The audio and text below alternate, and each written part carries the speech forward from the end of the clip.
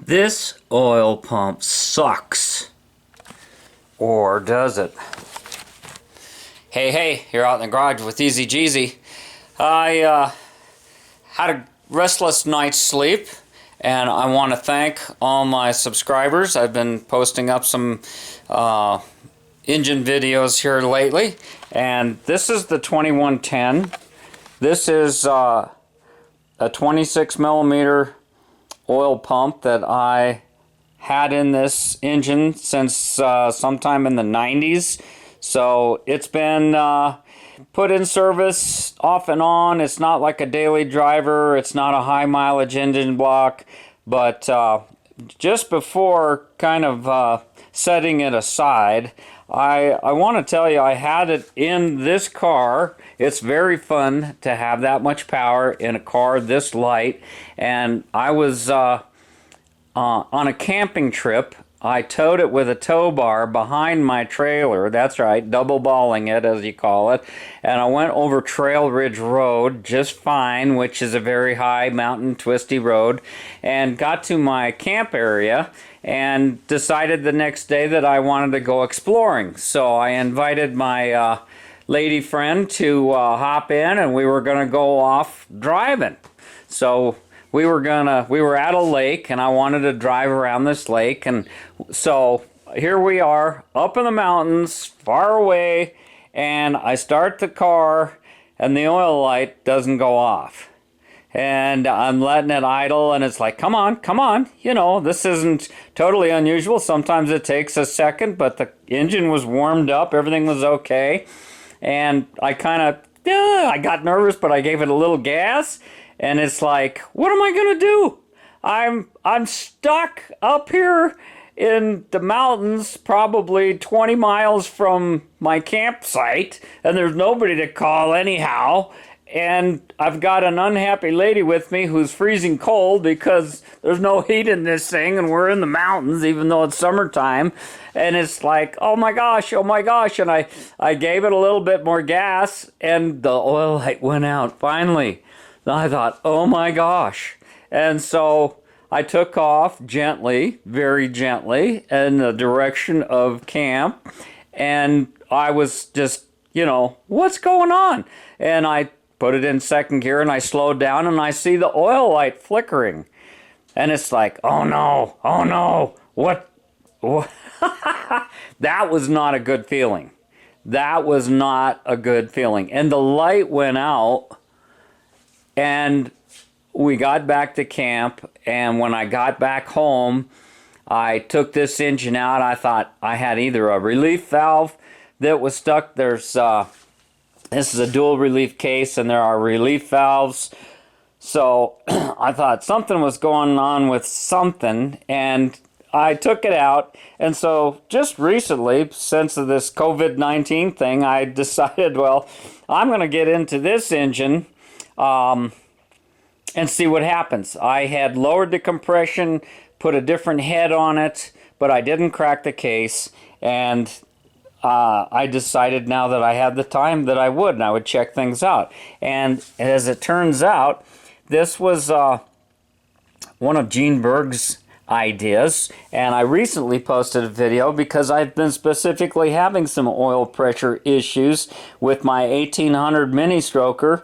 And when I pulled this out, I noticed that this piece of O-ring was actually, I just broke it. It's brittle. Look, I'm gonna break it off right now. And I guess it's, ooh, look at that. It's falling apart. Now, in response to a complaint about oil pressure, somebody made a comment of, well, why don't you just cut a groove and put an O-ring in there? Well, come on. That's a great idea, and somebody else had it, but it's like, I don't know that it's such a great idea. So this morning I get up, and I'm thinking, that was pointed in towards the hole. When you remove the pump, before you can split the case, you have to pull the pump out. And I thought it should have been laid back the other way. And I appreciate everybody's comments. And we're going to go over a couple of things that people mentioned that, it causes me to look closer at things, and it's very helpful. I'm not so sure this is a good idea. Maybe if the O-ring, now this is, you know, a couple of decades old, so obviously it wasn't made out of the right, the kinds of materials that we have now. Maybe Viton or something like that, because it's, I can see it and feel it. It's kind of flat. It's taken a set. It's no good. Now, let's look at the case. This is the suction hole to the pump. And here's the suction hole from the case. Now, you can see where there's a line where that O-ring was. And look how it comes into the corner of this oil hole. And look how close that is to the edge. And if you're way ahead of me, like some of you guys always seems to be, it appears there's a sleeve down here. And it's like, well, what's the deal with that? Now, this was an older, what they call a super case, and it has been clearanced all over the place for a larger stroke crankshaft for the counterweights and so forth. But this really concerns me, and I thought, well, for crying out loud, it's been sitting somewhat in the oil suction hole. And maybe I was pulling air in when that thing finally broke down. That is kind of interesting. So, I have another engine case here that I often use.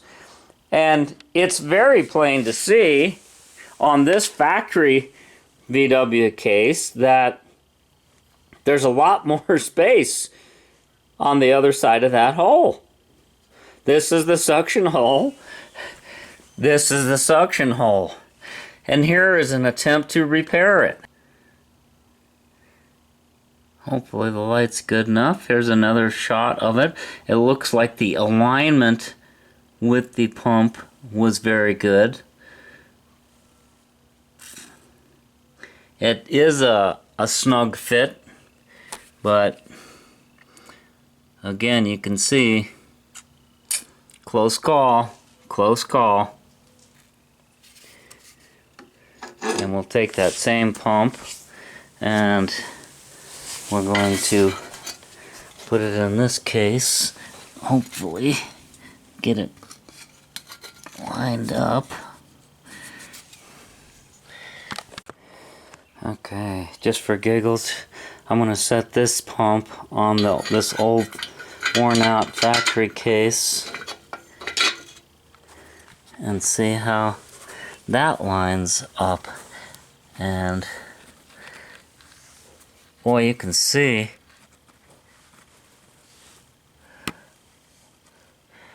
it still looks good. It lines up. So obviously there's just more metal on the back side of this case. And you can see if this pump was used, it would still utilize the O-ring and still be effective. That is interesting, because if there's a gasket that goes between the pump here, but it's very, very thin. But if it seems to be in the same spot, I don't understand how that hole is lining up, or is it?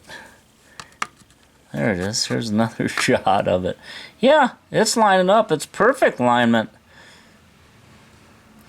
This pump has been massaged. I do that to all my pumps. But you got to be careful not to make that hole.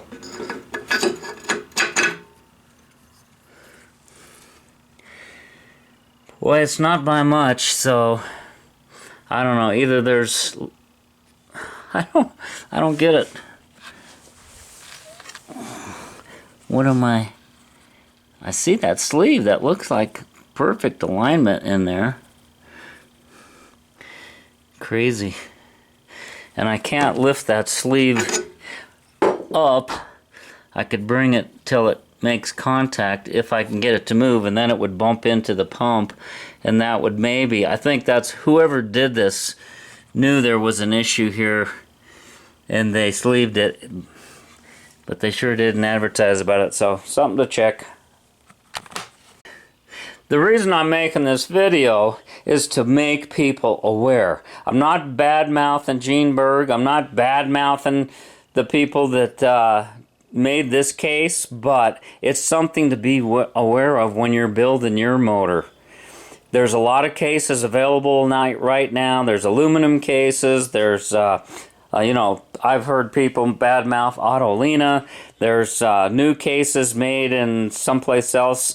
The AS41 case that's supposed to be of super high quality. They used to weld behind number 3. Somebody made a little comment about that, and I don't know if you can see it here. This was a technique that they used to use because they had cracking right there, and now they deep set the case saver and use a longer stud, and they haven't had the cracking problems since they've been doing that. You don't have to weld it and risk distorting the case. So just something to be aware of.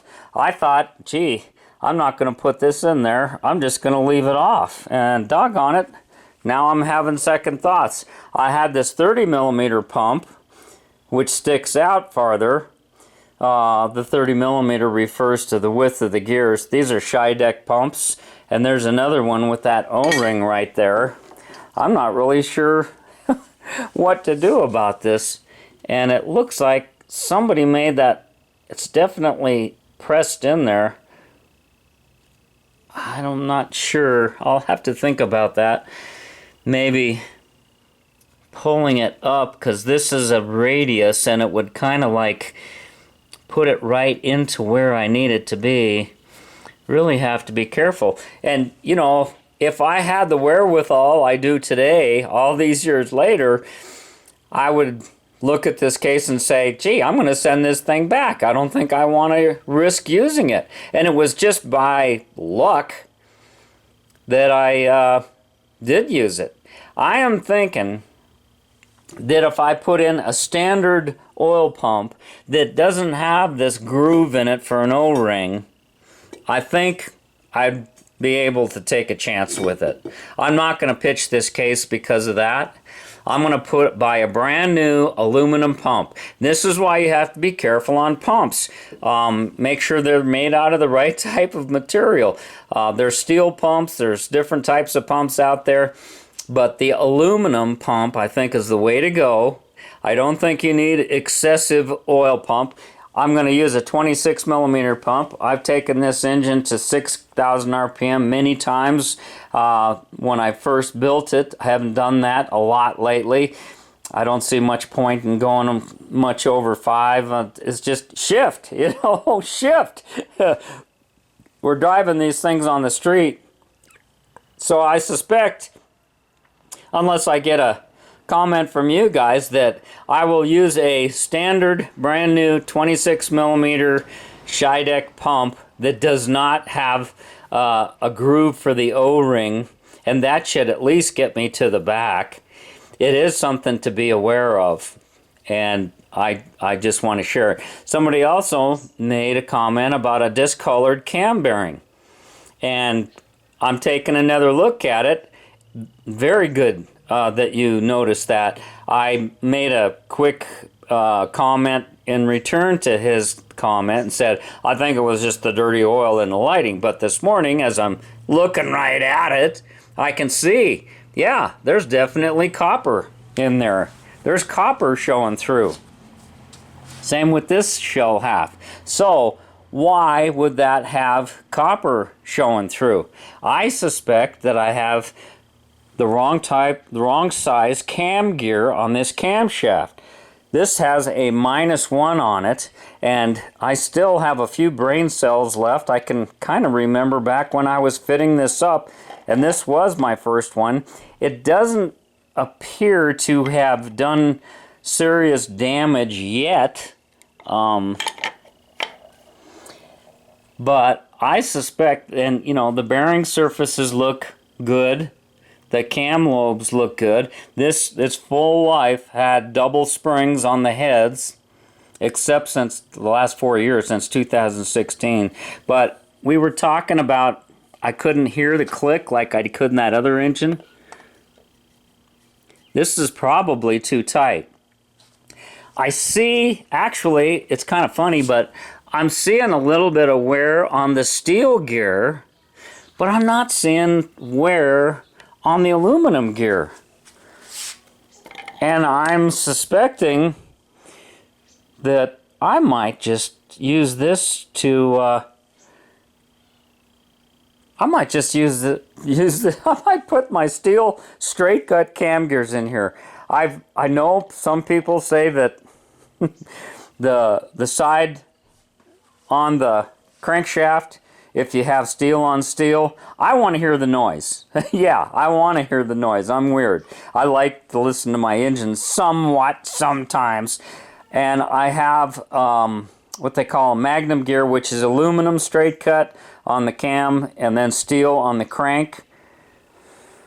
I'm also told that that can create harmonics and tear up your whole valve train, but I think more people tear up their valve train because of not enough spring pressure on their heads. You gotta keep in mind that that spring pressure, it doesn't just affect the valve and your rocker arms and using up horsepower, make you use steel push rods and all those negative things that people don't like, but if it slams down, if it's not following the full profile, that hammer at the top by the valve is transmitted directly to the cam lobe. And from the cam lobe, it's going to be directly transmitted to the camshaft bearings that holds the camshaft. I think more people have harmonic issues, not because of the straight cut gears, but because they don't have enough spring pressure. And spring pressure alone is one reason to use straight cut cam gears. Heavy duty single springs will put out 225 psi on average when compressed, and double springs will go up to closer to like 325.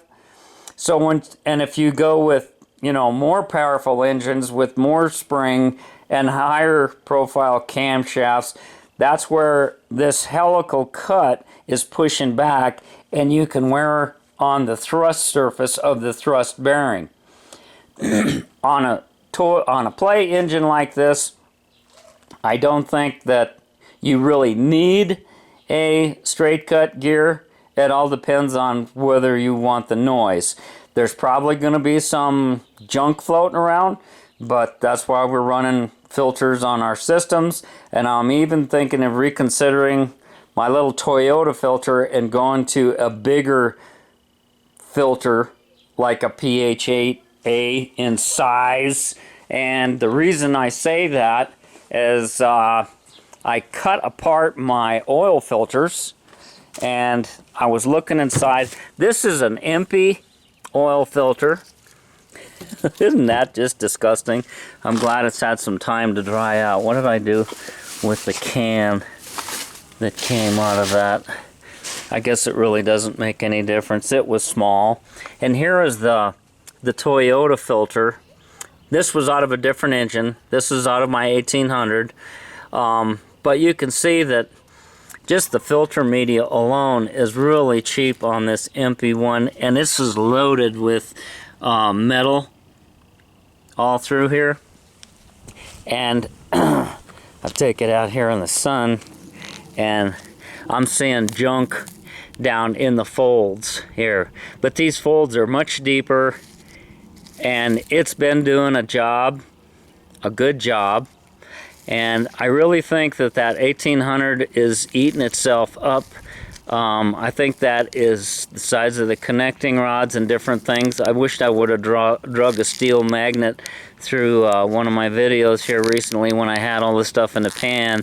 But the reason there's no oil pressure is because that case is worn out. And the line bore, either the previous one or the one I gave it, was not done perfectly, and you can't expect it to be. Some people recommend that you never line bore a case that is it has a limited life, depending on how it's used, bead on, temperatures, and so forth, and they can shift and they'll get brittle, they get old, and it's a consumable thing, and it's very expensive. And if you're building a, look at what the factory did, a brand new everything, and you were lucky to get 100,000 miles out of these things, and most of the time you'd have an oily, dribbly mess. But if you drove 10,000 miles a year, which was a family car back in the day, people drive a lot more now, that was a long time. But it gets used up. I don't think this case is used up, and I think I do have a new case in my future. But I'm just going to use a standard pump in here. I am going to replace my cam bearings, and I am going to go through my cam gears and see if I have something. It may have corrected itself. It may have worn in and fit itself. Berg used to talk about putting grinding compound and putting them in an old case and just turning them with a drill somehow to grind away so we'd get that perfect fit. This may indeed have the perfect fit by now. Maybe just I'll just be good with, maybe I'll put new cam bearings in it, although, I don't feel it back and forth. And yeah, I'm just keeping my extra lifters here so I don't get them out of order, so I do get them back on the same cam lobes in the same spot. Now watch me rotate my case or something and drop them on the floor or something stupid. I've been known to do that. But at any rate, I hope you people that are following me are finding this information helpful. And I appreciate the comments and observations that you make. You can see, here's the O-ring. It's just missing this is the discharge side. This is the high side of the pump. And of course, this particular pump came with a plug in it because it was a full flow system. And the pump seems excellent. And here's the case that was on the back. I don't think I'm in favor of this O-ring idea. And I wouldn't dare put this pump back in this case because it is so close to the edge. Had I checked that, but again, it served me well, and I don't know. I think it was a failure of this that caused that oil light to come on originally. So, I was thinking about just going and finding another O-ring or taking the O-ring off of this pump that I've never used. This is a brand new 30 millimeter pump. The back here, look at, that's a good fit. You can't even, that looks like it's never been in. Isn't that amazing? This is the original pump that's been in here. It just goes to prove to you, I probably don't have that many miles on this engine as I think I do. It's old, but because I had the compression jacked up to 9.6, I was worried about the gas and detonation all of the time. I use this deep sump oil contraption here, and that works good. It allows you, when you have a pump like this, it accelerates quicker than stock and probably higher RPM than stock. So there's sometimes the risk of actually sucking all the oil out of here, or enough where you're slurping large amounts of air. So this gets you down, and it's not like you run an extra 1.5 quarts of oil. It's like you put an extra quart of oil. That drops the oil level in the engine compartment and allows you to have a settling place for the foam to come out of suspension. Yeah, always learning, always learning. And good to have you along. Thanks for watching. Thanks for subbing. TheEZGZ out.